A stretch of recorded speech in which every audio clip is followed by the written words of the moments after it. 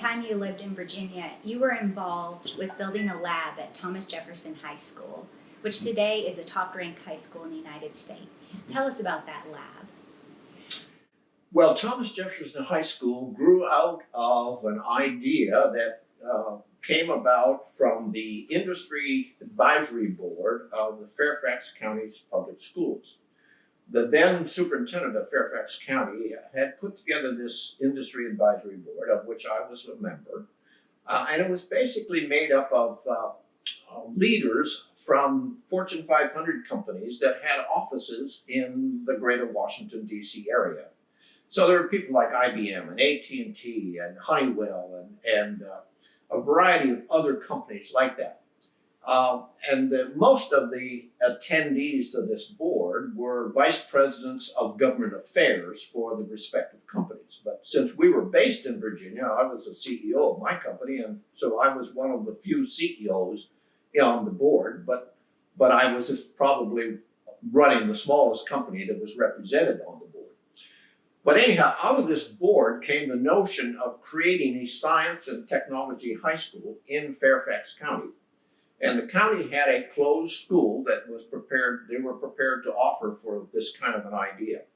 And so we put together a plan, and the county, the superintendent and the school system put up the school, and they built the lab, the buildings for the labs that will be part of the high school. And the companies would then outfit the high school, the labs for the respective businesses. And so in my case, my company was in biomedical research. And so our lab was the biomedical lab, but there was also a telecommunications lab that AT&T sponsored. There was an applied materials lab that another company sponsored. Can't remember who it was. There was a lab for computers that IBM was involved with. And so it was an unusual high school, but it started out with 7 labs. And these labs were also staffed with unusual people. For example, in our lab, the biotechnology lab, we hired 2 PhDs from the NIH to be the teachers in those labs, in that lab.